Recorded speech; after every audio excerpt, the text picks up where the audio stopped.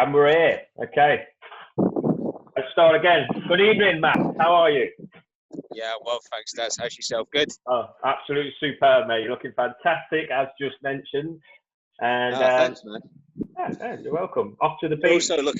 you're also looking lush. Oh, I try, like I say. I've got to repeat that joke because that just come off the top of my head. Your hair looks great, mate. Yes. Very idea. Yeah. Right, so you're Matt, I'm Daz. We met a long time ago now, mate, wasn't it?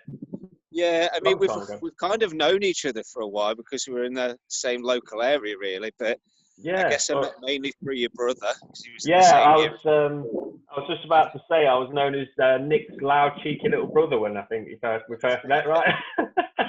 I'm sure in your year, Nick was known as the boring older brother or something like that because that's basically you've almost got it to the T there. Yeah, yeah, absolutely. Yeah, we sort of connected through a bit of Alan Partridge, I believe. That's where we started. The ball started rolling, to speak. Aha, indeed, yeah. So it was, yes. Yeah, my take on that is sort of now I realise. I don't know about you. I've started to realise maybe why we've got that in common is the whole talk show idea, the intelligence side of stuff, and the humour as well as the impressions. Everything we've not got in common with him. No. But I think so. I think it was just that the humour was the main thing that kind of like brought us together with just our personalities in general, really, because we started hanging about when Nick kind of introduced me to like the group of guys that you guys hung about with anyway. And we always struck each other as quite similar, big into comedies, big into football. Abbey Park was always good. But I just felt like, obviously, in them early days, we sort of like light-hearted humour and stuff like that. But there wasn't really proper like friendship right there until probably more recently, in the last couple of years or so. Would you say? With the old. Go on. No, it's all right. I just like interrupting. I think that's a fair comment. I think with everything that we've both gone through being very similar in a lot of respects, that's obviously going to bring people together just in general anyway, and it certainly did with us. Yeah. I would totally agree with that. We've never been on unfriendly terms or anything like that, but certainly in the last couple of years, we've definitely come a lot closer. Definitely. Yeah. I think we kick-started it well with the old Anxiety Brothers. Indeed, yeah. Yeah, so double act. Definitely, 100%. And I've always had huge respect for you and admired your humour, your intelligence, your talent, and your general all-round persona. So I appreciate you coming on this call with me. And how's life treating you in January? So I've moved to Glasgow again. So obviously I saw quite a lot of you last year when I was in Leicester, and I've been in Glasgow for over a decade beforehand. So I was in Glasgow for a bit, kind of set up a base camp there. Had a bit of a difficult flatmate, unfortunately, and I won't go into all of that. But since met Stephanie, my girlfriend, and then since then I've moved in with her and her family. So yeah, that's been great. So I'm on the coast. Oh, look at that! What we're up, by the way, everyone. It's 8:30 in the evening in Scotland, and he's on a beach. I mean, what a life! It's not a bad life at all, is it, mate? It's not too bad. Life's the beach and all that, but no, it's lovely. And yeah, probably as good as I've been. I mean, there's still hiccups and things along the way. I think that's probably the same with you, Daz, as well. To be honest, I've been working a lot this week, and that's been quite testing. But in the main, doing really well.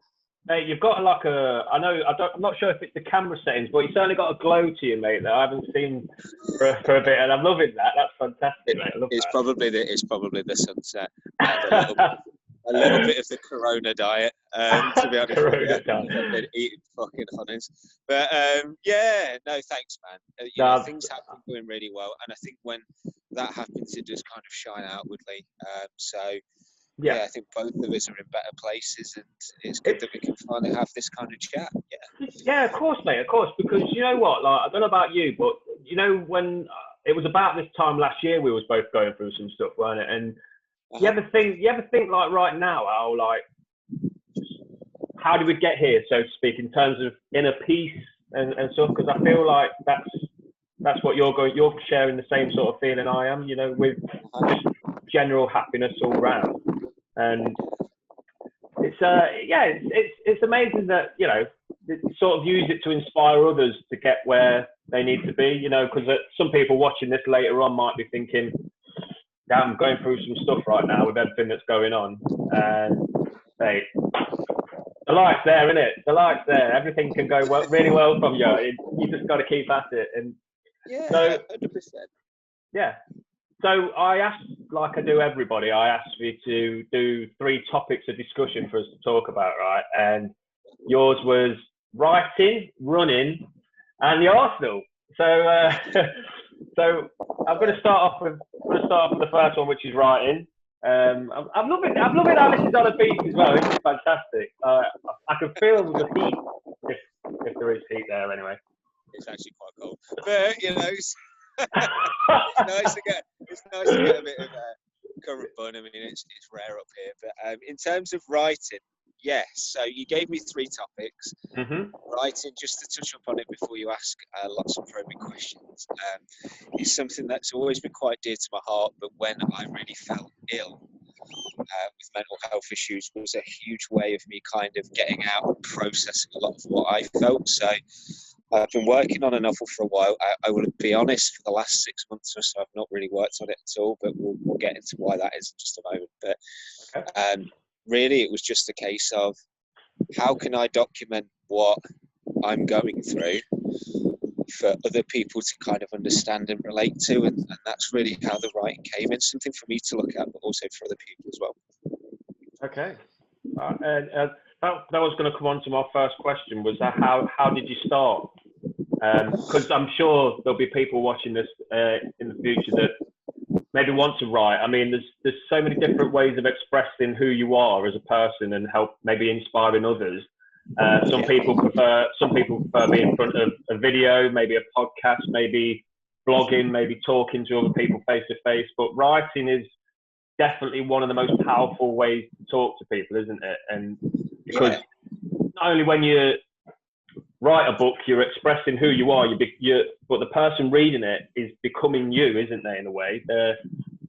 And they'll be around forever. So. I think so, yeah. I mean, first and foremost, it's a great way of cataloguing things. But with video, so with something like this, it's kind of like you're broadcasting live, so it's a lot rawer, the experience, if that makes sense. With writing, you can actually take some time to consider what you're putting down, and it allows me to air my views a lot clearer, I think.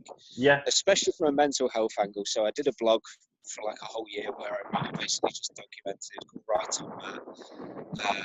So it's like Write On Matt, but with Write spelled WRITE. And it basically was just a challenge for me to write a novel draft as well as. So bear with me one sec there, mate. You're just breaking up a little bit.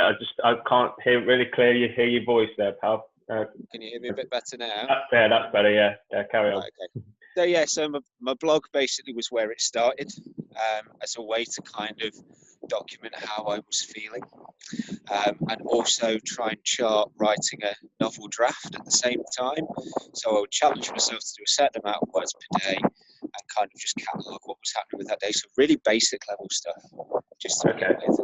And then it just kind of snowballed from there into becoming more of a hobby, and then becoming more of a thing that really just helped in so many ways. I think that I love to do. Is there anything in particular that you found that really helped start it?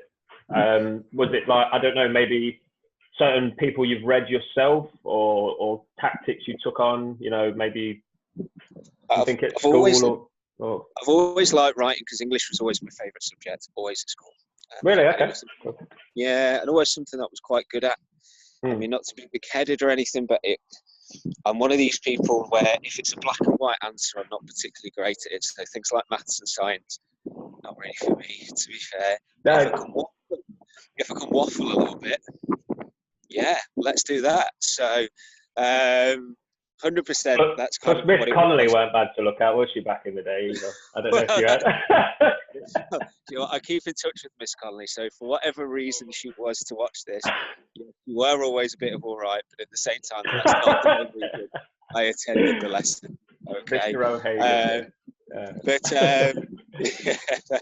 but no, it just became a thing that I always just liked to do. Now and again, I'll just note down thoughts or diarise things, but nothing to the same extent. So when I had my big mental health breakdown of about 18 months or so ago, it just really became something that I was like, right, this could have ended me, because I was really on the edge.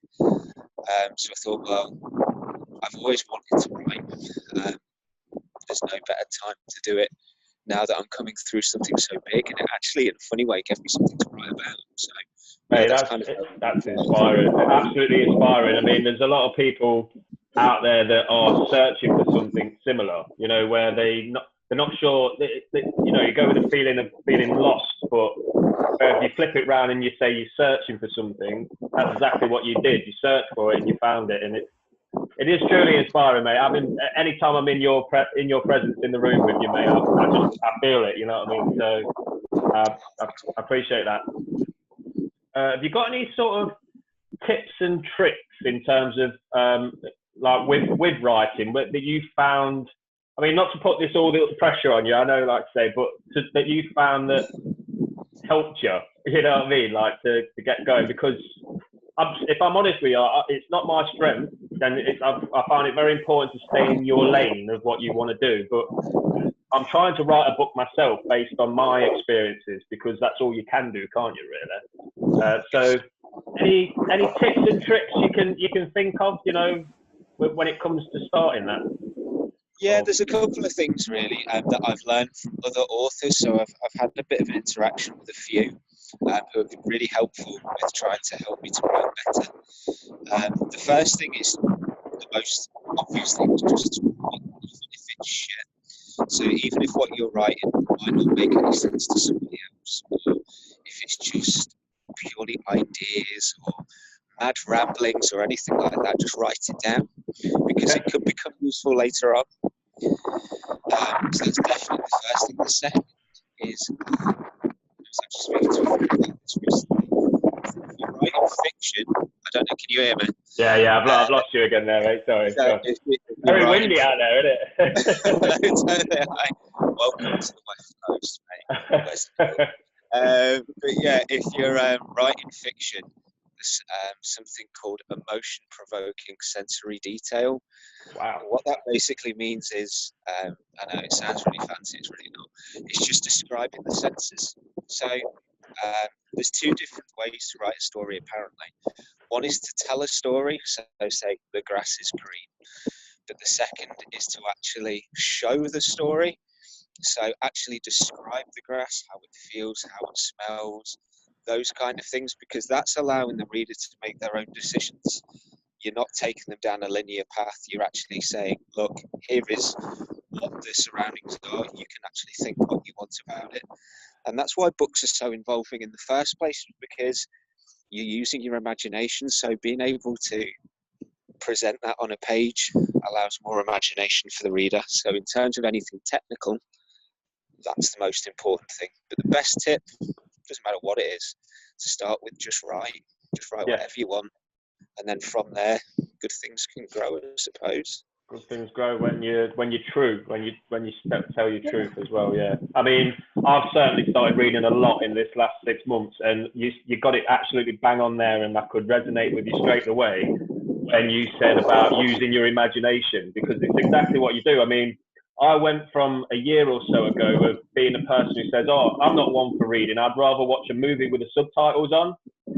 You know, bit of light-hearted humour, but once I started finding the right books as well, that's important. You start like you say, imagining, you're picturing what the author's reading. You become the author. So, I mean, it's changed my life. So I'm sure it's done it similar to you as well. Yeah, 100%. It's just a big thing, man. sometimes when your own reality is becoming tough, to allow yourself to get into another reality can be a huge thing. And that's not like displacement, it's just a case of sometimes you just want to break away from the norm, like coronavirus being what it is and stuff. A great way to escape has been to read. My girlfriend has read 3-4 books, and she's not an avid reader, but it's been a great way of her escaping me, most probably. But I'm sure not. But yeah, it's a great way it's a great way to get out if you can't. So I would always recommend reading and books and writing in general. It's just you can lose yourself, can't you? You can really lose yourself in a book. I mean, I'm with that. I'm with you on there. What when it comes to writing, what inspires you? What gets you? Everyone's sort of got their own rituals and routines of what can get them going. Like mine, for example, with quotes that I've been doing or videos I've been making. It's when I'm out walking. It's when I have like moments in the day, usually after a cup of coffee, because a spurge of energy kicks in. So I'm on decaf. But what inspires you? All right. In terms of writing, it can be pretty much anything. I think that's what makes it so accessible. So, for example, I'm on a beach now, which has got beautiful scenery. Would that inspire me to write? Well, yeah, hell yeah. If I had a pen and paper in front of me, like, definitely. Even like just thinking about what I've seen today would give me some scenery that I might want to write down. Sometimes it can be an event. So something just happening in my life that I think, yeah, I really need to write about that. I used to do that a lot when I was blogging in particular. So it's very varied. For me personally, running, which I know we're going to touch upon in a minute as well, has been. I was leading into that, so that's what I was trying. I was hoping you mentioned opening the door on that. Yes, I was on the TV for years. I know how to do all this kind of stuff. So I am Alan Partridge. So yeah, like running is a good way of just opening the mind, for example. So that's kind of like what works for me. But yeah, if you're talking about anything it can literally be anything, but it's just always, it's such a great hobby because it's technically free as long as you've got a pen or a computer or whatever. As long as you've got somewhere to document it, then it can be anything. Yeah, really. That was another question I was going to ask you. Is it a pen or a computer you prefer doing it? Prefer a computer, I suppose, and the only reason for that is easy to edit. That's the only real reason. But I've done pen and paper. I know you've done quite a bit of that because I've seen some of the stuff that you've done. It really depends on the writer. I use my notes on my phone quite a lot, for example, to write the odd poem or the odd thing that I've seen or anything like that. But yeah, it's usually through media use for me. But pen and paper is great. It's accessible. So long as you've got one. Yeah, I just really love and admire how much you've been sharing with people in terms of from everything from the first time you posted something. I think it was last year, and I think it was one of those.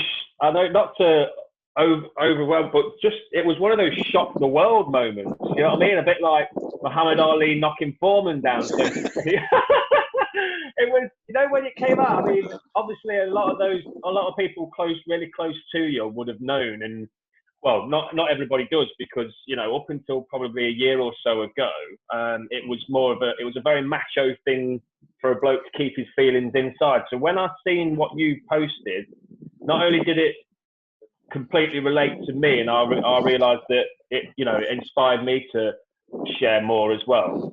But I think it started the ball rolling with a lot of people, because you know what I mean? It just really shows that you don't know what's happening inside of people. And it's so important to communicate that and to share it with others. So, mate, I just wanted to thank you for that again. I mean, I know I spoke to you a few times before you went back to Scotland, mate. But honestly, mate, you're a proper, absolutely top bloke, and I love you to bits for that. So, thanks. Oh, no, ditto. And thank you ever so much for that. That's really sweet. And it's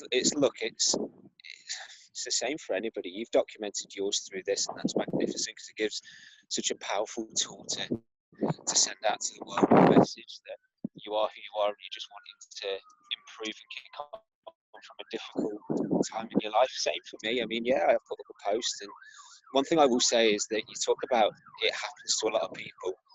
absolutely. And like, I'm not going to mention names, Daz, but the amount of people that got hold of me when I put up my first post was incredible. People I would never have thought of. People we both know, and people that I know and look at and think, how the heck are they feeling like that? Their life is together from the outside, you know? I've had very similar to me as well. People I didn't even think of, you know, like I said to you, macho men, so to speak, and stuff coming up to me and really like opening up. And I love that, because if it's people like myself and you that have to get the ball rolling to make sure that that people aren't holding stuff in, because it's so important to like share with the world, and everybody has their own stories, and everybody goes through stuff, and it makes the world such a better place when we're all positive together and we can share stuff. You know what I mean? I love the fact it's gone past the point of being something to be worried about talking about. You know what I mean? 100%. I was speaking to a lassie this week, and I won't go into too many details. Lassie is Scottish slang for lady, by the way. It wasn't a dog. And I was speaking to her. She's great. She's really fantastic. I've not seen her for about 4 or 5 years, and she was telling me what she was going through. Just a phone chat on this beach, actually, and it was nice just to be able to listen to somebody else opening up that obviously is trying going through. So, you know, if anybody is listening or watching these or whatever, I mean, even if it's just you and me, but of course for anybody, if you're going through anything, don't think like you're stupid to do it. You're just one of the millions and millions of us that are going through the same things. Exactly. And if you need somebody to lean on, you can lean on us, but there are plenty of great support networks out there. We're living in a really good society of openness. Hopefully we can just spread that a little bit. That's great. Yeah, definitely. oh, breaking up again, mate. Breaking up again. There you go. Signal. Lift the phone higher. Get on a chair. Lift it higher. Oh, it's lovely. I've got. Hold on a sec. We've come to. Just broken up with me there, mate. Gone to a bad signal area. It's a bad signal. Can you hear me now? I can hear you. I can hear you, but it's croaky, if that's the right word to say. Right. Just have a look. Oh. Yeah, I can hear you. Oh, that's much better. Sorry about that, guys. Slight techno problem, but techno noticed, as Alan Parsons would say with his name. So, sorry to interrupt you there, mate, but like I say, signal's down, and yeah. So we'll move on to, like I say, we spoke about what inspires you to writing, and one of the things you mentioned was topic number 2, and that was running. So how did you get into that? I mean, why? You know, I mean, there's lots of different forms of exercising and lots of different forms of physical workouts. Yours is clearly a favourite, is jogging, running. So what started that, mate? How did you figure that one?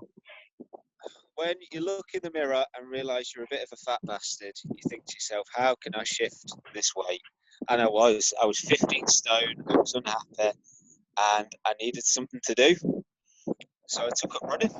It's as simple as that, and it's free. And when I started it, I was crap. It was more like rolling. But at the same time, I just stuck at it. And I think the thing that resonated was the feel-good factor after it. Okay. A sense of achievement of having done something that you only really get with exercise in general. And running was a really good way of me doing that. Would you consider yourself to always be a man of patience? Have you always been able to be patient with things? I'll get to why I've asked that question in a second. Okay. No. In the main, no. Like with patience, it depends really. Like it depends what's in it for me. With a lot of ambitions, running was one of those rare things that I've really stuck with and continue to do.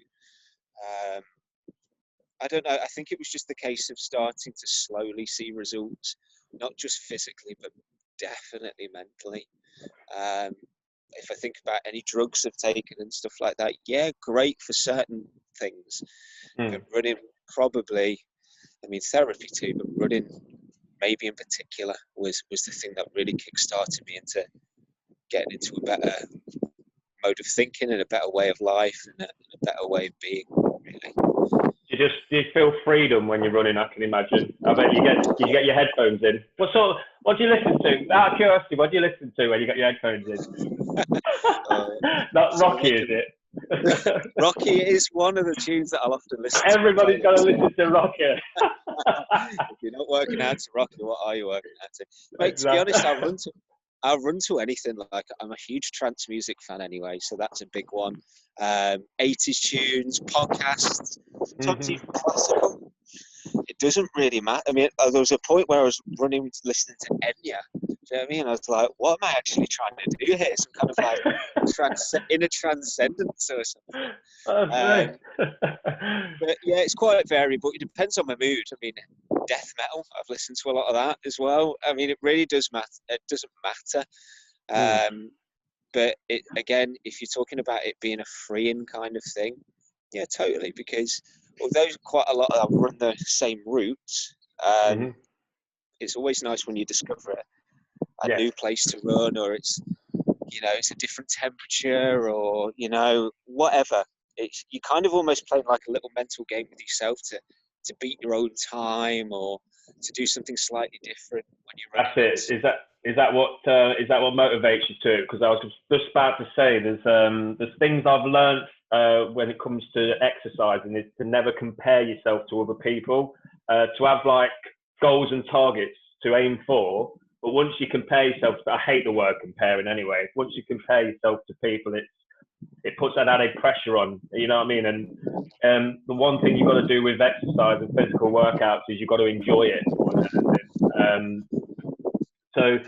So just give an example of what, because I know you've done a lot of distance running. So give an example of sort of where you started off in terms of how, was it like a 1K run or something, 5K or? Yeah, it wasn't. It was probably about 2.5, maybe. 2.5, yeah. I'm pretty staggered, really. So I started by. So I used to live in a place called Anniesland in Glasgow, which is on the canal, effectively, that runs the Clyde Canal, that runs all the way through to different parts of the West Coast, really. So if you know Glasgow, you'll know it, and that's where I started. So just running up and down there, and the first run was awful. I mean, it was one of the most horrible things I've ever done in my life. I was like spluttering after about 400 yards. I was like, what am I actually doing to myself? This is ridiculous. People do this for fun, for fuck's sake. So, yeah, I did that to start with. And look, it was cool, but at the same time, it took me days to recover and all the rest of it. But there was kind of like a burning desire to see, I wonder if I could run just a little bit further, or I wonder if I could run a little bit faster. To build momentum. Yeah, and it was quite a nice time of the year. So in Glasgow, the weather's often weird because it's normally about April and May, in my experience, where it's really, really good weather. Okay. This year's a little bit odd in the sense that we're in June and it's not been too bad, but it just tends to be how Glasgow works. So I was lucky that that's what it was. Nice weather, so it was never a chore to go out.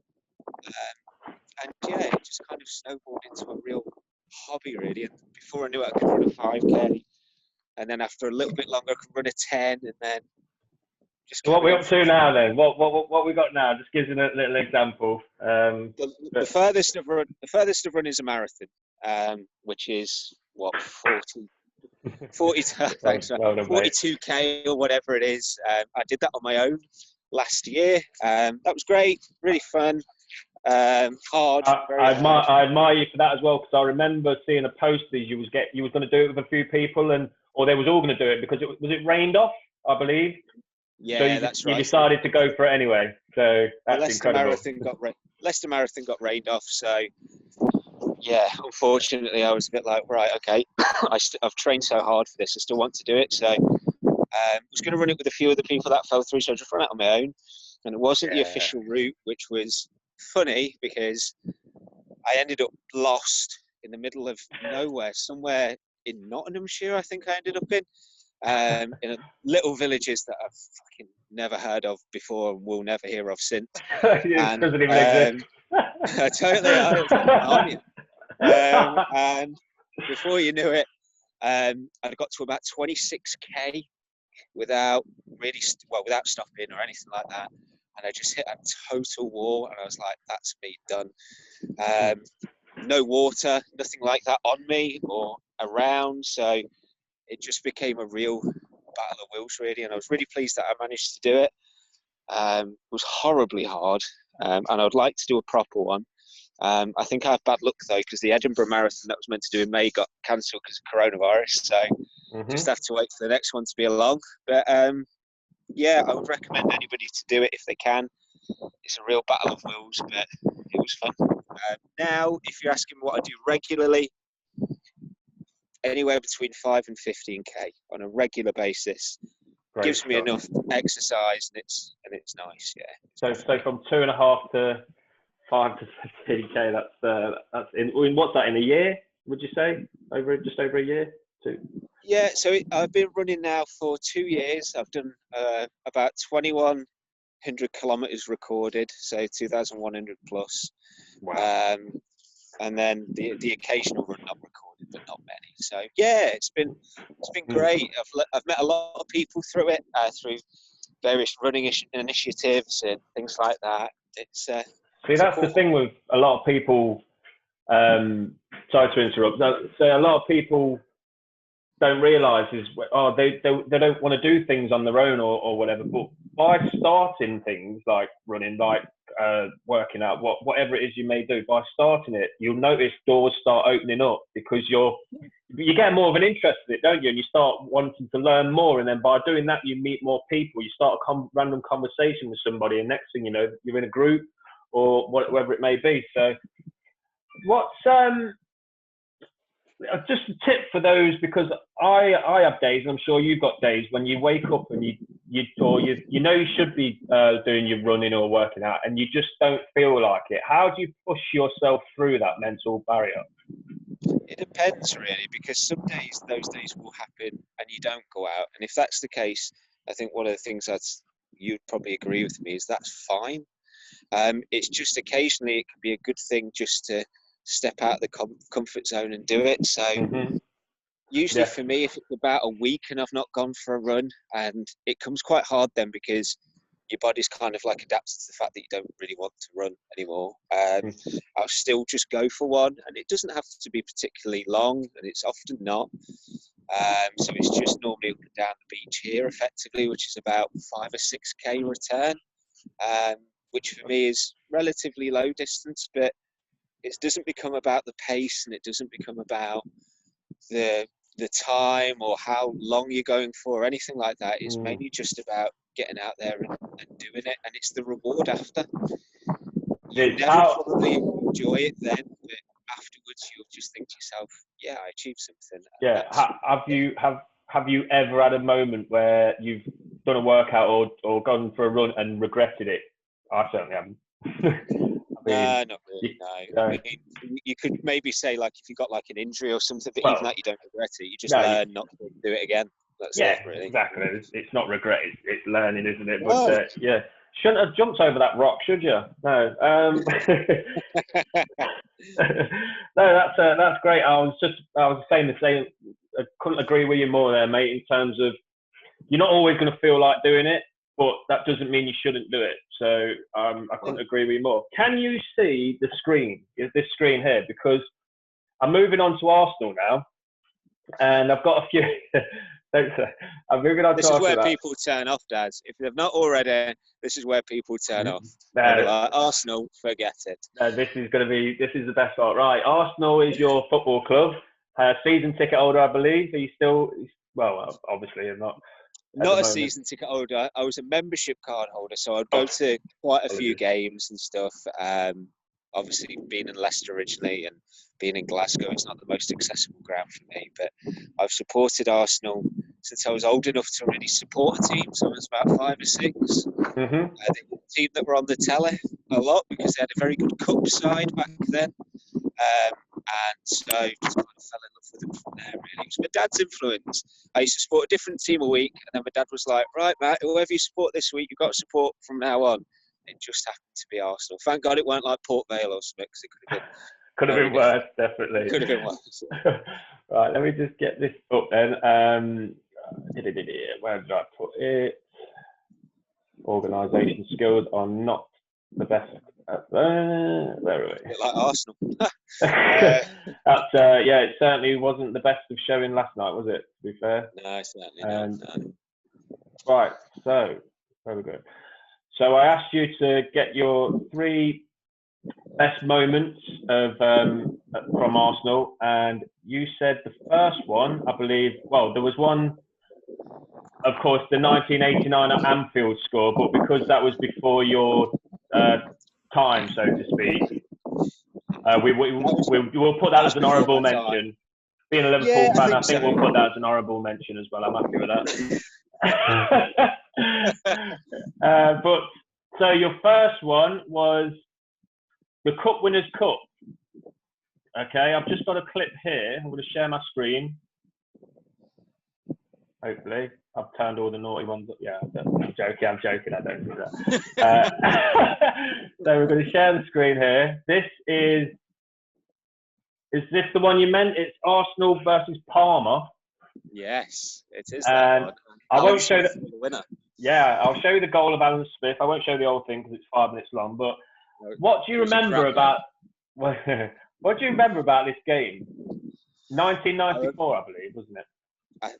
I remember being very young, and I remember just sitting in front of the TV with my dad, who was a huge football fan back then. He only watches it very casually now, and I remember him saying, oh, this is your team playing. This is Arsenal, and he's just watching the game with me. And I remember Alan Smith's goal, Smudger, known as. I feel like I know it just purely the fact he mentions it so often on FIFA. One of his crowning goals. Was a cracking goal, to be fair. They won 1-0. So that was. So your dad, was that the moment you knew you supported Arsenal? Will you say your dad told you did, or? It was like a big moment, really, I guess, in me supporting Arsenal, because I just kind of supported them as a whim, in many respects, and I loved football in general. Absolutely loved football. Even then, the first game I went to was a Leicester game, a playoff final defeat against Swindon.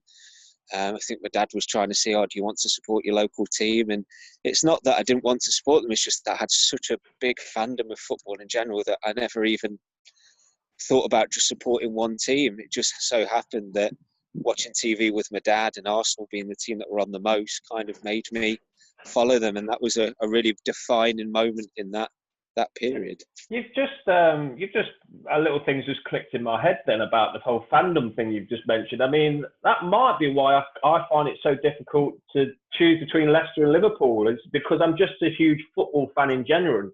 So yeah, that's got it just made me think there, actually. So anyone listening who takes the mick out of me for being a dual fan, that's why. Fandom, that's what I love. So I probably rib you more than most people, so yeah, I should probably shut up at this point. I would say it's they're both above you now, so it's irrelevant, isn't it? So the next one is, of course, I think most Arsenal fans' favourites, which was, I've saved one of the best for last, but Arsenal's Invincibles, the season of the Invincibles. So we'll go through the screen share again. Here we go. It's the crowning glory of being an Arsenal fan. Of course it is. I mean, we've won trophies for years, and we've always been a big club, but perhaps not so much now. But in terms of the Invincible season, I remember it really well. I mean, that was the height of me loving football anyway. The team we had was incredible. It was solidarity throughout the whole team.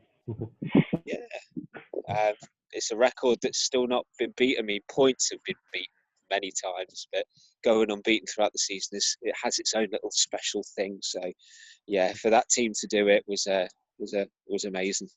And you reminded me that to confirm their 49 games, they beat Leicester. So That's right. That That's right? right. 49 games. Yeah, we beat Leicester, and then 50. We played Man United to do the 5-0, and infamously they had 50 not out T-shirts under the kit, as if to think that they were actually going to do it, and we didn't. Wayne Rooney dived for a penalty. It was an obvious dive, and we You ended up forgot all losing about 2-0. it, though, mate. I'm not bitter. I've got over it. But yeah, it was. If you're going to talk about being an Arsenal fan, that was a defining moment of the Wenger era, probably our greatest manager, and also a defining moment of the great football we played then. Yeah, definitely. Fantastic, fantastic. So that brings us on to the next one, which was Tony Adams to score the fourth goal against Everton, I believe, unless I'm wrong. Yeah, so 99. The moment I remember more than anything as an Arsenal fan. So 1998, I remember Arsenal were due to win the league, part one of the double, and we were played really great that year. And I remember that day really well because my friend Chris asked me to go out and play out, which basically means just go out for a kickabout with him and some of my mates. And I was a bit like, oh yeah, I really want to go out and play football. And then I was just leaving. It was the day of that game, and my dad was like, "You're fucking going nowhere, son. Arsenal are going to win the league today. It might be the last time you see it, so you've got to watch this game." I was like, "You're actually right. Like, what am I doing?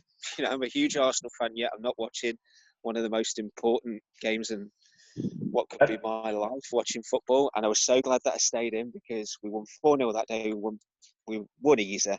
But there's an iconic goal of two of our central defenders, Stuart Bold, putting a 50-yard pass on a plate to Tony Adams, who was another central defender playing up front, and then just whacking it in on the half volley. And I think it's Martin Tyler's commentary where he says, "Would you believe it?" just as he's about to hit it. It's so true that goals can be great goals, but if they have the right commentary at the right moment, I mean, you've got, not to go through all, but you've got Aguero, you know, you've got, which wasn't the best of goals, but it was made better from that. You've got, of course, like Rooney's, you've got corner taken quickly, Origi, of course, and now you've got the Tony Adams, obviously, as well. I don't remember him as being a huge scorer for Arsenal or England. So to see him that far up the pitch was quite surprising. Yeah, I mean, it's the best goal he ever scored, easy, definitely. And he scored a fair few headers, but he never really scored goals on the half volley. So, yeah, special moment. Yeah. That's great. Well, talking of goals, I asked you also to pick 3 of your favourite goals, and I tell you what, I don't think I can disagree with you. So, obviously, Tony Adams, the Everton one's there. That's one of them. The next one we've got up here is Perez versus Aston Villa. It's a goal that not that many people might actually know, but it's an absolute belter of a goal. I remember it well. Away at Villa, I think it's 2002. Long ball, Perez does George Boateng on a plate and then lobs Schmeichel from a pretty tough angle. It was Schmeichel, yeah. So I remember. I've just got it on here on the screen. I'm not sure if you can see it for anybody who doesn't know. Like, it was Peter Schmeichel in goal for Aston Villa. Yeah. So if you talk about commentary, though, the commentary on that goal is hilarious. So it's Andy Gray and Martin Tyler, and I've watched it that many times. I know it. So Martin Tyler's obviously describing the long ball, how he does Boateng. And it's like, oh, he's going to chip Schmeichel, and he chips it. And then Andy Gray starts clapping in the background. And then it comes on to him. It's like, I'm sat here applauding. You don't, what does he say? Something like, you don't buy them. They don't come in packets. And I'm like, what are you even talking about, Andy? I mean, but it's a great goal. Yeah, that's fantastic. I mean, I ain't gonna lie. As a football fan, a long-term fan, I do miss. I understand why he's not there anymore, but I do miss Andy Gray's commentary. To be honest, you just can't do what he did. But But yeah, anyway, I'll never, me personally won't forget the Steven Gerrard against the Olympiacos. Oh yeah, definitely. What a beauty! What a hit, son! But no, that Perez goal was fantastic. Aston Villa. I think 2002. You was right. Great memory there as well, mate. So, final one is Dennis Bergkamp against Newcastle. I've got it up here. So this was in the Invincible season. So 2003 to 2004, Newcastle away, and it's the goal that got voted #1 Premier League goal ever. Now I don't know about that because there are so many great Premier League goals, but skill on the turn is like everybody asks, did he mean it? Because he knocks the ball one way and then runs around the other. But according to a lot of the insiders, it's the case that he used to do it in training. So really, can't really argue with that if that's the case. I mean, he's a fantastic footballer. We'll go on to my favourite players in a moment, of course, but that was that summed him up. Just pure class. It doesn't need to be the quickest player or the most powerful. He just had the best brain, and that was just a fantastic goal. It was from what I remember. It's just I don't remember him ever doing anything that wasn't beautiful, if that's the right word to use. I mean, everything just seemed to like flare off him, and he just made the game look beautiful. So it doesn't surprise me at all why that you voted him your favourite Arsenal player. Yeah, definitely. Again, I mean, it's hard because there's always two. It's him or Henry, really. Despite all the great plays we've had, it's those two that are a little bit apart. Bergkamp for me was just the epitome because he was there through all of our best years. He wasn't bought by Wenger; he was bought by Bruce Rioch, who didn't last for very long, but it was kind of like the first statement of intent. He scored a great hat-trick against Leicester. Yeah, just got the picture up here. I don't know if you can see that there. That's against Casey Keller.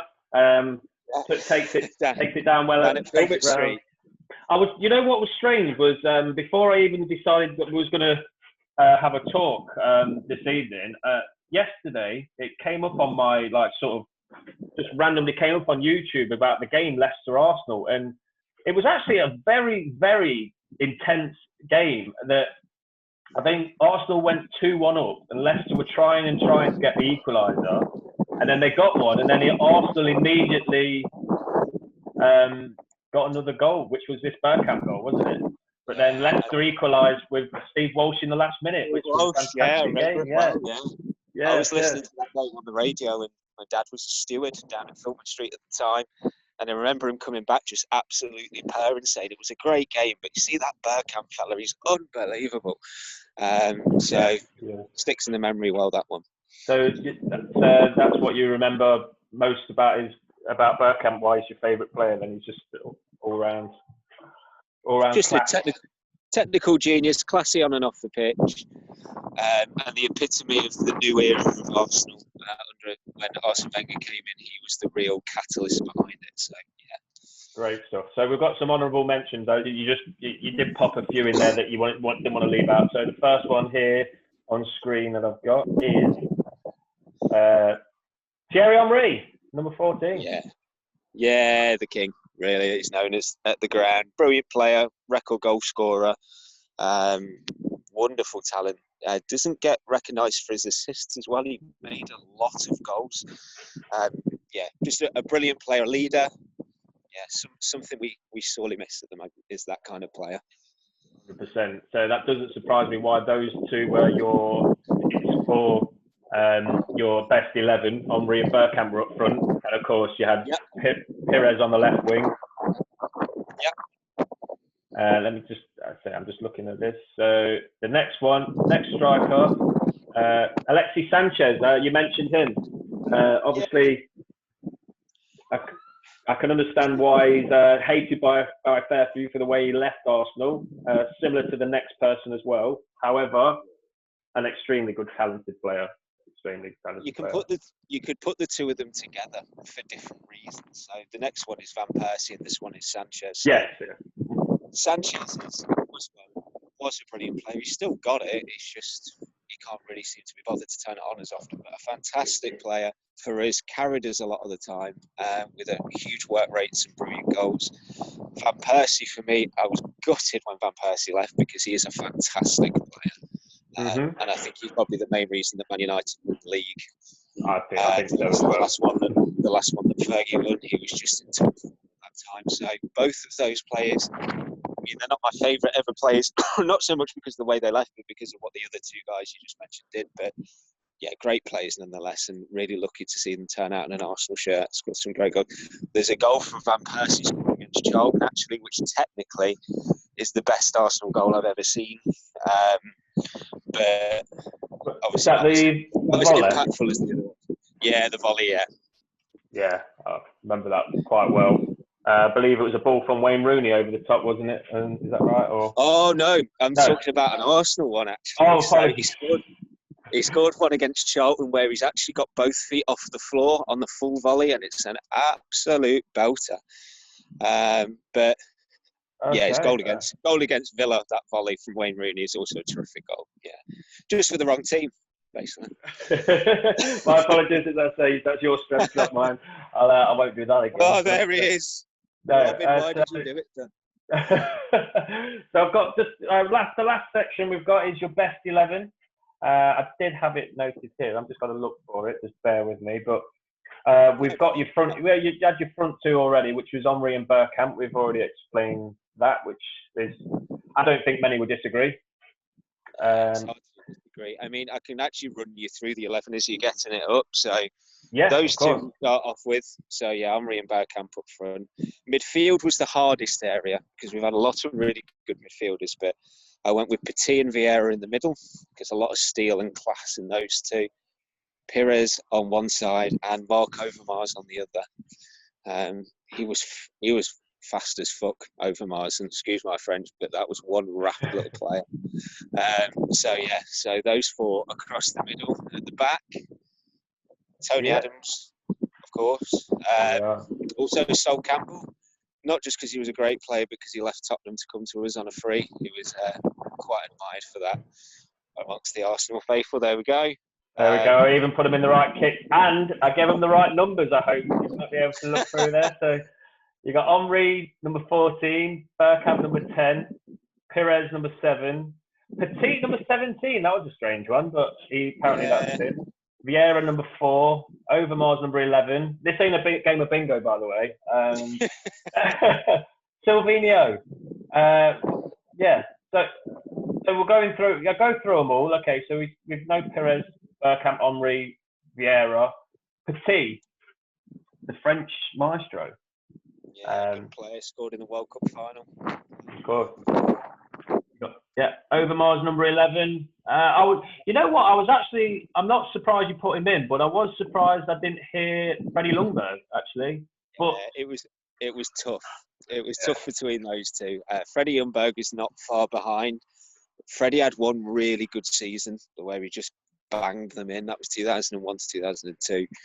Overmars, even though we flogged him for silly money to Barcelona, same as Petit, had a few good seasons, and it was him and Anelka. They were playing like mainly together, and it was just pure pace.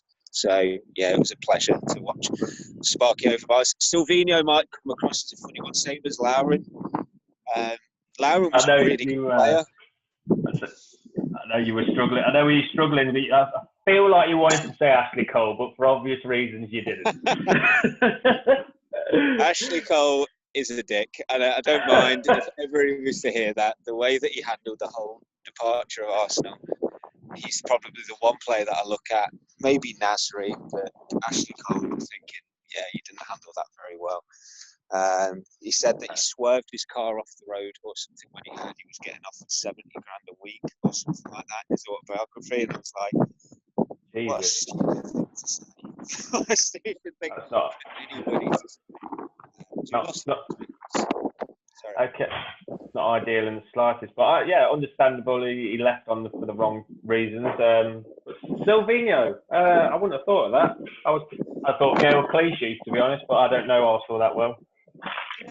Clichy or Winterburn, probably most people would have gone for. Silvino only went for because he was a really good player. He's a really good player. Had a really great ping on him. What's that? Sorry. Oh no, Jay's just come back from work. I didn't. Carry on, mate. Coming live, Jay. So yeah, that was Silvino, and then Lauren. Again, it could have been Lee Dixon, but oh yeah, was a really good right back. He took no shit. Like, I remember the Battle of Old Trafford. He was one of the first people to get right into Ruud van Nistelrooy, and I think I just always loved him from that moment. To be fair, great. And of course, Seaman in goal. Seaman in goal is an obvious choice. Yeah, I mean, like you could have Jens Lehmann up there, I suppose, but I think overall longevity and won everything, didn't he? Really, apart from maybe the Champions League, but we won't mention that. Yes, unfortunately, we'll never win that now. But yes, he was a top goal. Yeah. Never say never, but you know, it's unlikely. Right, well, there we go. I've just stop the screen share on that, mate. Well, that's everything that we had written down to talk about, mate, and that's been absolutely fantastic. So, really grateful for you to coming on, mate. Really happy and to hear from you, to see you. And no, definitely, it's been really enjoyable. And as the sun sets over Arran in the background, oh, that's lovely. Look at that. Which is a lovely view. Just want to say thank you for having me on. I think it's great that you're doing this, not just for sharing it with people, guys, but from a personal point of view, because I know you, for yourself. This is a really important thing for you to do. So anytime that I can help you or anything like that, just give us a shout, because it's fun just to have a blather, as they say up here. So a little bit of a chat and talk about all of these kind of things. Yeah, it's useful, and you know, for anybody that does watch this, you don't always just have to chat on a camera. You can chat in person with me and with Daz and with other people, and it's these ways that we can kind of just improve our own lives and get closer to one another and help our own mental health. 100% agreed. Couldn't agree with you more, then, friend. It's all about spreading positivity, and happiness is more important than anything in this world. And I'm just really glad to share this evening with you, my friend, and I hope to see you soon. Fingers crossed when the lockdown's over, I get the DVLA call me and I can get on the road and come up and see you, mate. But if not, we've got coaches and trains, maybe even catch a plane. If my lung holds out, anyway. But but I think so. At some point, I need to pass my driving test. So I've got the money aside. I'll do it afterwards, and I'll come down in some shitty little in-betweeners type car, and we'll go for a drive. All right. Well, it's been really good talking to you, mate, and I hope you enjoy the rest of your evening. And you too, man. We'll do this again soon. All right. Cheers, mate. Take care. Cheers. Take care, and you. Bye-bye, mate.